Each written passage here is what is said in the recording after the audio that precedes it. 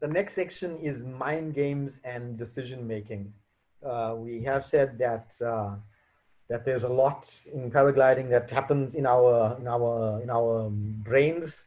I think the majority of the flying in or the outcome of the flying is purely mentally related in terms of your decision making, how you feel, um, your openness of your brain to look for clues, and the actual control of the wing is a small portion of that, and so is the speed of the wing. It's a small portion. So should I stay or should I go?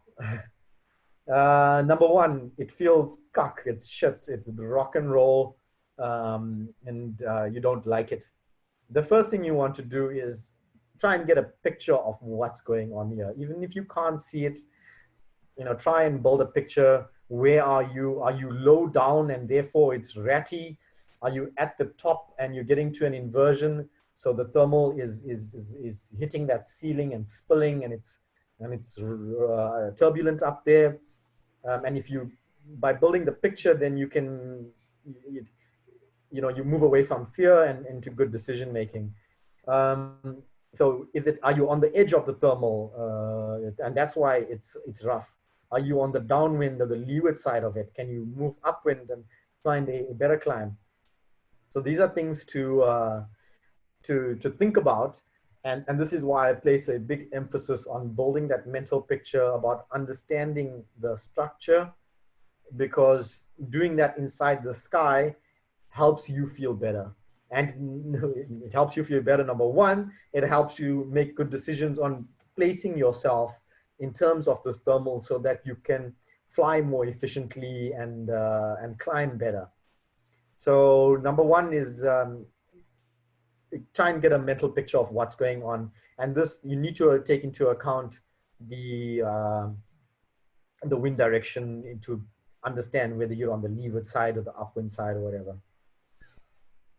The other thing to think about is with strong climbs and its rough thermals, and here's the mind games. And this is something I certainly did a lot more of as a junior pilot, but I still do every now and then, depending on how exciting things are getting. And it's just to breathe and turn. If you are inside of the thermal, you're thermaling. And I actively tell myself, I say it out loud, breathe and turn. And what you're doing there is you're tricking your brain. So when we get excited and things get rock and roll, it's easy to go into the lizard brain, the fight or flight response, which is not helpful to having an open mind and looking for clues and making good decisions.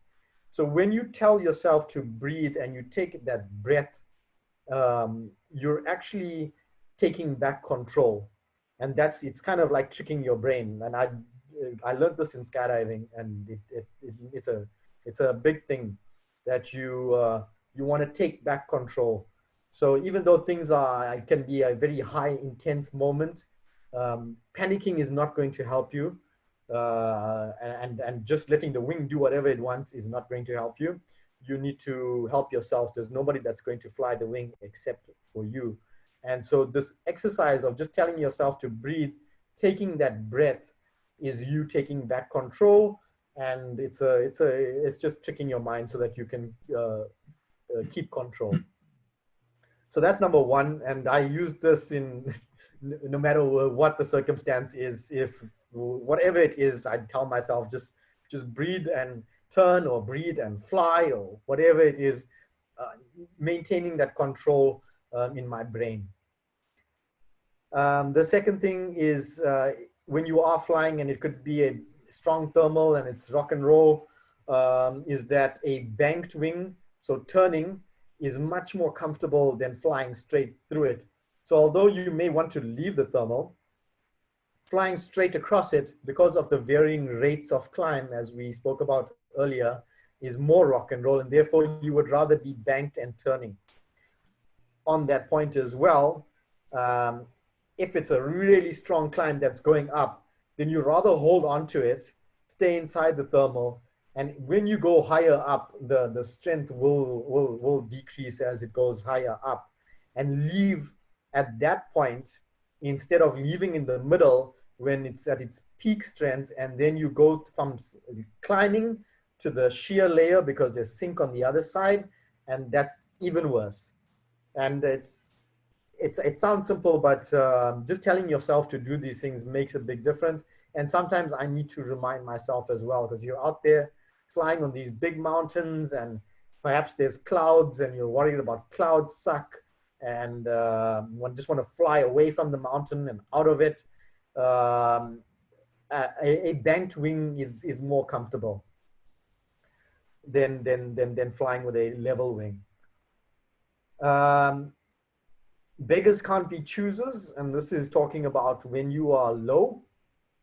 If you're low and you've got some lift, as scrappy and shitty as this lift is, stay there and use it and work it, and hopefully a good cycle comes through and it takes you up. The only time you should be leaving is if there's guaranteed, you can see there's a pilot that's close enough, I can definitely get to him and he's climbing up, go and join him. But in the absence of that, when you are low and you've got shitty lift, it's better than nothing. And I've made this mistake plenty of times. It's particularly in a competition format, and this is why competitions are really good learning environments. You know, I can recall an experience where I was low over this field next to a farmhouse, and this was on the upwind side, and there was myself and another two pilots, and we were getting the scrappy, really weak thermal that I'd spent a decent amount of time trying to work. And then I said, you know what? I'm sure this is just the scrappy stuff. I'm going to go over to the farmhouse and I'm going to get the proper climb. And I went over the farmhouse and I got nothing. And shortly thereafter, and I went downwind of the farmhouse as well, nothing. And I was on the ground. And the other two pilots who stayed in that scrappy, shitty thermal that they were in, eventually it became better. And by the time I had packed up, they were at about, I don't know, 1,500 meters, continuing with the course. And I was starting my walk out to be picked up. So when you are low and you've got something, beggars can't be choosers. You must take what you get and hang on to it. Even a zero. So if you're using a Vario and it's giving you the climb rate, and you see that the climb rate is 0 meters per second, you are still in lift. Now, if you think about it, a glider is descending at about 1 meter per second. Therefore, if you are descending at 0, that means you're staying level. You've actually got a 1 meter per second thermal that's holding you up. So there is something there. Hang on to it. And, you know, like we spoke about the bubbles and the pulsating effect, hopefully a stronger cycle comes through, and that's what you use to get you back up to the top. And again, this is in the absence of a guaranteed, here's a climb next to me. When you're low and you don't have anything, and let's say you are flying, you are flying into wind because of the route that you're flying, and you happen to be flying into wind. When you are low, forget the route that you had planned. You need to save yourself. And even if your friends are ahead of you and they're going, the urge is to just keep going. I'm lower, I'm along the mountain, they're up there and they're cruising, they're all heading down to the Flyers Lodge, and you want to go with them. When you start to get low, stuff the plans, you need to save yourself. That's what's important. So rather turn around, fly downwind, and by flying downwind, we have the wind is helping us. We'll be covering much greater distance than ground than if we fly into wind. So this increases our chances of finding a thermal. You can also, by flying downwind, do a zigzag pattern. And this was a competition pilot who gave me this advice a couple of years ago, and definitely has helped me. By flying a zigzag pattern, you're now expanding the amount of area that you're searching for a trigger or a thermal that's released. And this especially comes into play when you're not next to the mountain or you're out in the flats, because the mountain's quite an obvious trigger, or a peak or whatever it is. But you're out in the flats, doing a zigzag pattern will increase your search area and increase your odds of finding that thermal. Another tip is, and we spoke about it previously, is that don't hold on to the mountain. If it's not working, you haven't found anything, take your height and go out and look for thermals in front of the mountain. It's it really does work. Another tip that I think is useful is never ever give up until your feet touch the ground, bearing in mind a safe landing. And so I spoke earlier about the example of the fence line being a trigger, and using that fence line where you can pretty much keep trying up until your feet touch the ground.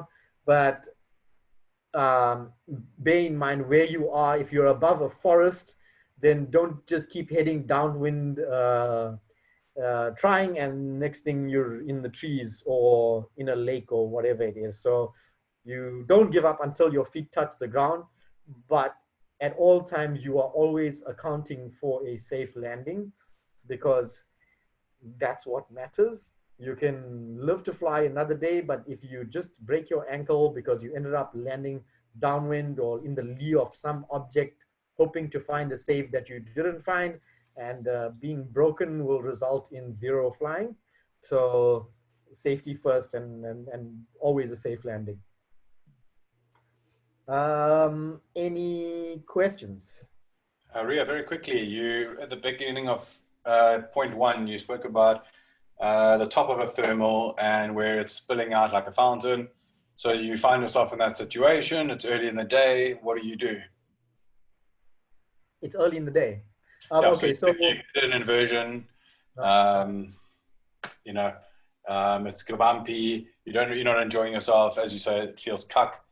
What do you do? So you can leave. Number one, you can leave and go fly somewhere else. And this, hopefully you've got some height to go somewhere else. But this is early in the day, so then it's kind of like, as you were saying in point number, don't leave until you have a better option, basically. Yeah. So yeah, so I don't know what time it would be. I don't know what you guys in Portugal get off at, like 11 or 12 or whatever. So, but you went a little early. You managed to find something.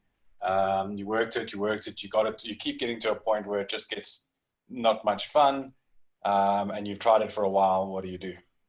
Okay, cool. So let's take the example, and we're taking off at 800 meters. Actually, I should bring this into the presentation.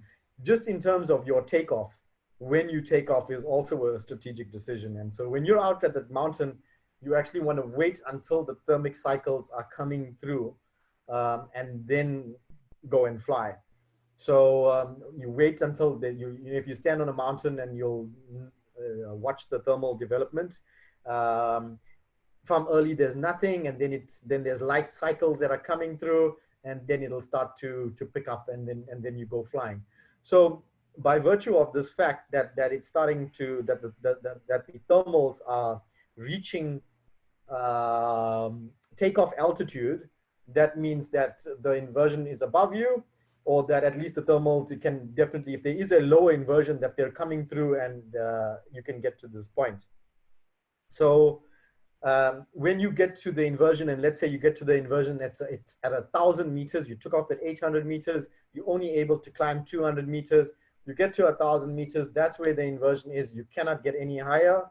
And so firstly, perhaps you try sticking around, but it just feels so shit that you don't like it. Well, then leave, go carry on with your route. I mean, you did climb up from 800 meters to 1,000 meters, so that that thermal's getting to 1,000 meters. Keep flying and go look for the next one. And so if you're not comfortable hanging out there and hoping to break through, it's so thick you're not going to get through. Keep moving on to your route and get to the next thermal.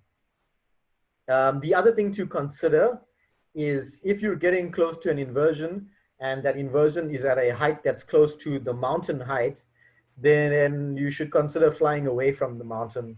because what will add to your anxiety, especially when things are getting a bit bumpy, if you have terrain close to you, it's dangerous. And that will for sure be impacting on your mind.